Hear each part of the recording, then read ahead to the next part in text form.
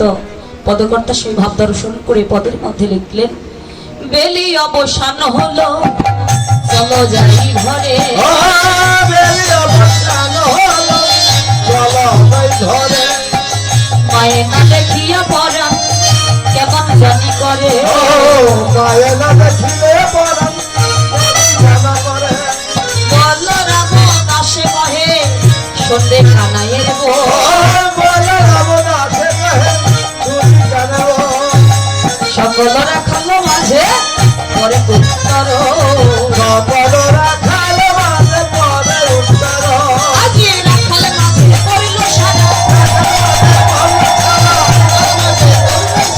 হরে রামে ননি সুরা রাখাল মাঝে পড়িল সারা, বলে নবে নলিপুরা রাখা মাঝে পড়ল সারা, সকলরা খালো মাঝে পরে উত্তর, সকলরা খালো মাঝে পরে উত্তর। ওমা এই যে ভগবান শ্রীকৃষ্ণ যখন গমন গোষ্ঠী এসেছিল কতগুলো ধেনুর পাল নিয়ে এসেছিল বলো, কতগুলো? 100, 200, 1 লক্ষ, 9 লক্ষ প্রেম ছেলে। আমাদের আদি শ্রী গোবিন্দ যখন গোষ্ঠী লীলা করতে এসেছিলেন তখন 9 লক্ষ ধেনুর পাল নিয়ে এসেছে। এর কোনটা কোন দিকে ছুটে গেছে কে জানে, তাদেরকে তার এক এক করে ডেকে আনা সম্ভব নয়। তাই ভগবান কি করলেন, আমাদের আদি শ্রী গোবিন্দ আমার ভাই কানাই মোহন মুরলী বাজাইয়ে বংশী ধ্বনি করে সমস্ত ধেনুবর্ষা থেকে ডাকছে। কেমন করে? পদকর্তা কলমে দিলেন, আহ সেই ভাব দর্শন করে ওরে সাদ মুখে দিয়া বেনু নামি দয়াস বেনু রে,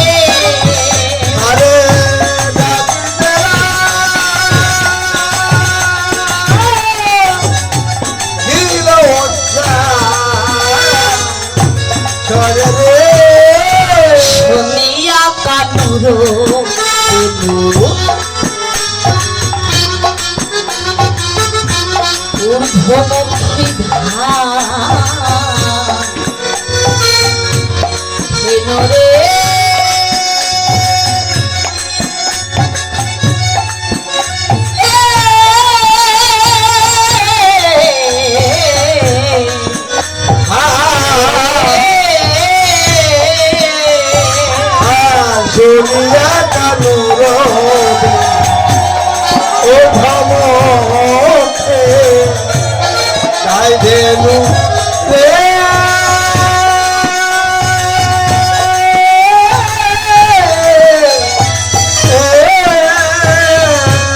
আমার উচ্চ ফেলি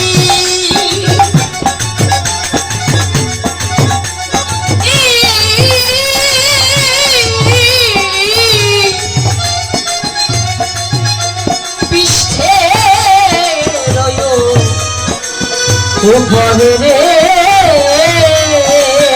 আবার পুচ্ছ ফেলি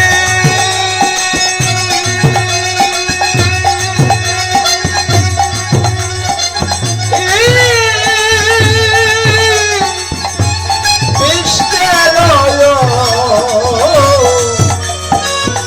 পরে রে ও তারা খেয়ে খেয়ে চলিল ধেয়ে ধেয়ে চলল ধেয়ে ধেয়ে চলল কানুর বেনু শোনা মাত্র খেয়ে খেয়ে চলিল কানুর বেনু ঝুনা মাত্র ধেয়ে ধেয়ে চলল শ্যামলি শ্যামলি ওরা ধেয়ে ধেয়ে চলিল জবান শ্যামলি তরে ধেয়ে ধেয়ে চলল আবার বোঝো ভেলি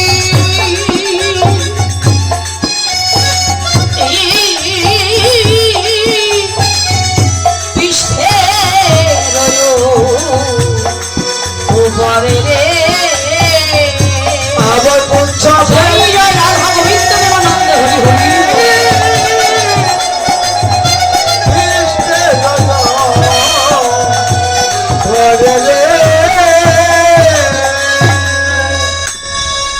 গোবিন্দ যখন ডাকলেন বংশীধ্বনি করে, হয়তো কোনো ধেনুর সাথে আপন খাদ্য সেবা করছে, যে না গোবিন্দ ডাকলো আর আপন খাদ্য সেবা করা হলো না। হয়তো কোনো ধেনু আপন খাদ্য ধরবে বলে মন স্থির করেছে, কিন্তু যে না ডাকলেন বংশীধ্বনি করে আর আপন খাদ্য ধরাও হলো না, সেবা করাও হলো না। একে একে সব ধেনুর সাথে আমার গোবিন্দের কাছে এসে উপনীত হচ্ছে। পদকর্তা কলম দিলেন কেমন করে, হরে কৃষ্ণ অনুসারে বেনুরা বুঝিয়া রাখালো সব। অনুসারে বেনুরা বুঝিয়া রাখালো সব।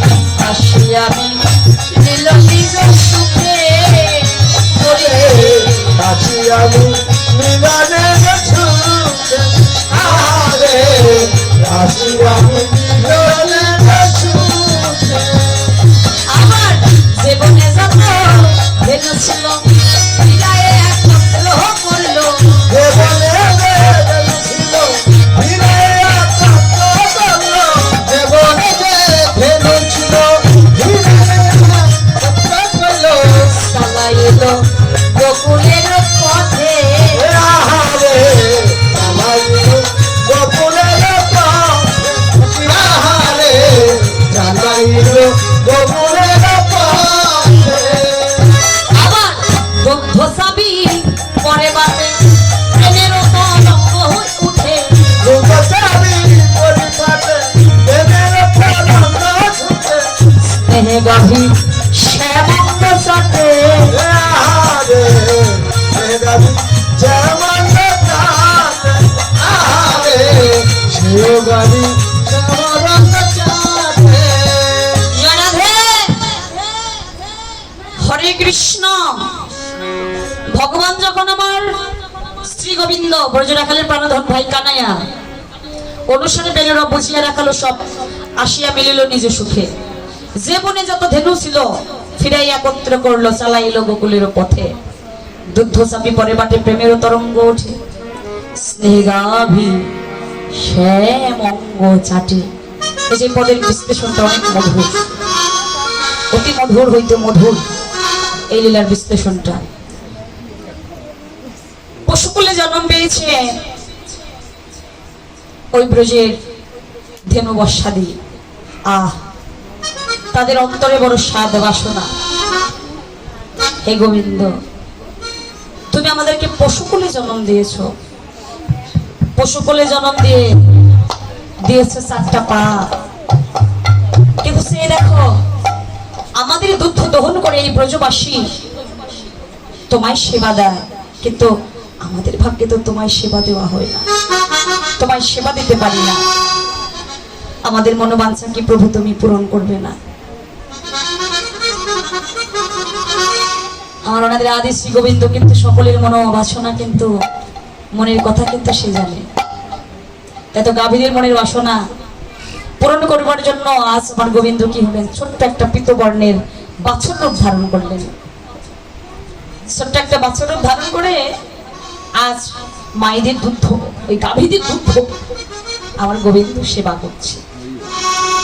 সেবা করে গোবিন্দকে কাছে পেয়ে দিনে বর্ষাতে কি করছে আনন্দে, ওরা শ্যামঙ্গ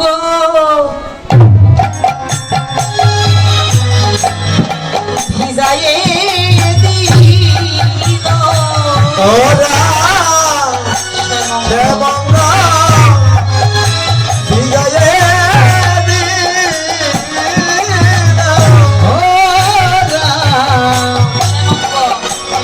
ওরে শ্যামঙ্গ ওরে ভিজায়ে দিল। চোখের জলে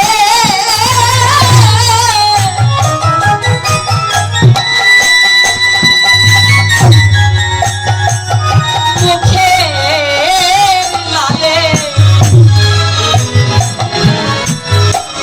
গোবিন্দ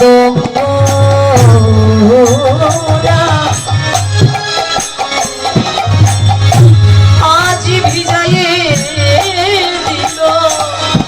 আরে মুখে জলে মুখে লালে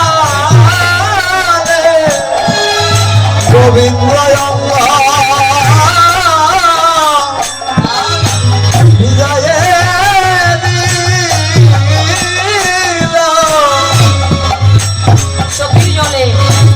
চোখের জল দিয়ে আর মুখের লালে গোবিন্দ অঙ্গরা ভিজাইয়ে দিল।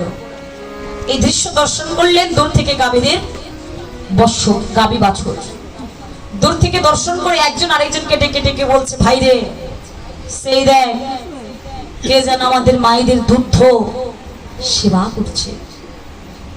দেখে মনে হচ্ছে কি জানিস, যেন সকল মায়ের একটি বাছুর, যেন সকল মায়ের একটি বাছুর। একটি বাছুর। যেন সকল মায়ের একটি যেন বাছুর। একটি বাছুর। আমাদের স্নেহ কেড়ে নিয়ে যেন সকল মায়ের একটি বাছুর। আমাদের চিহ্ন স্নেহ কেড়ে নিয়ে কেড়ে নিয়ে সকল মায়ের একটি বাছুর। আমাদের স্নেহ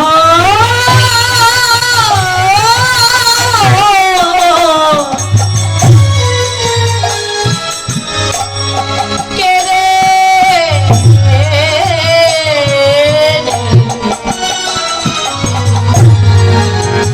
যেন সকল মায়ের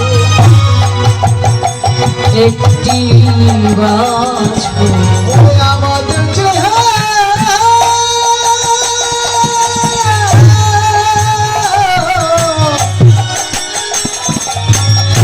কেড়ে নিয়ে সকল মায়ের একটি বাছুর। কেড়ে নিয়ে সকল মায়ের একটি বাছুর। কেড়ে নিয়ে সকল মায়ের একটি বাছুর। রাধে যেন সকল মায়ের একটি বাছুর আমাদের স্নেহ কেড়ে নিয়ে। সে তো কান্তি অনুপম আগে ভাই বলো, আগে যাই বলো না সে আগে যাই বলো না সে অনুপম আগে যাই বলো না। আরো শিশু চলে ডাইনে বামে আর শিশু চলে যাই বামে। সিদাম সভা করিয়াছে দাম সুমাল পাছে ভালো সেবা করে আর তার পাছে নব ঘনশ্যাম আমি রে তার মাঝে নবগণ আমি রে তার মাঝে নবগণ রাধে পদকর্তা কি বললেন?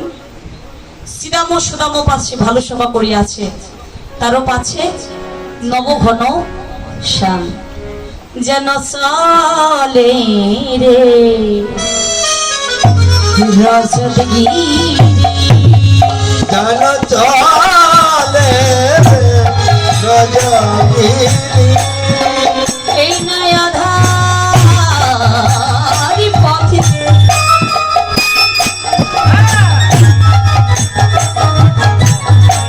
আলো করে আজি চলে রে রসদগিরি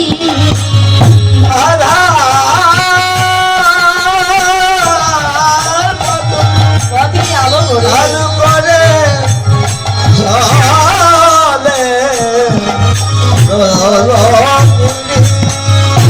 এই রাধার পথে আলো করে চলেরই রজতগিরি। আচ্ছা মা, কৃষ্ণ দেখতে কেমন বলো? হ্যাঁ, কৃষ্ণ দেখতে কেমন? কালা কালা কৃষ্ণ? কৃষ্ণ কখনো কালা হয়নি তো? কৃষ্ণ কালা নেই কেউ মাসি বাইরে জয়রাধে। কৃষ্ণ দেখতে সবচেয়ে সুন্দর সুপুরুষ জগতে, তার মতো সুন্দর রূপ আর একজন নাই। যে বলে কৃষ্ণ কালা সে ভুল বলে, কারণ যে জগতেশ্বর শ্রেষ্ঠ পুরুষ তার মতো সুন্দর জগতে আর কেউ আছে নাকি?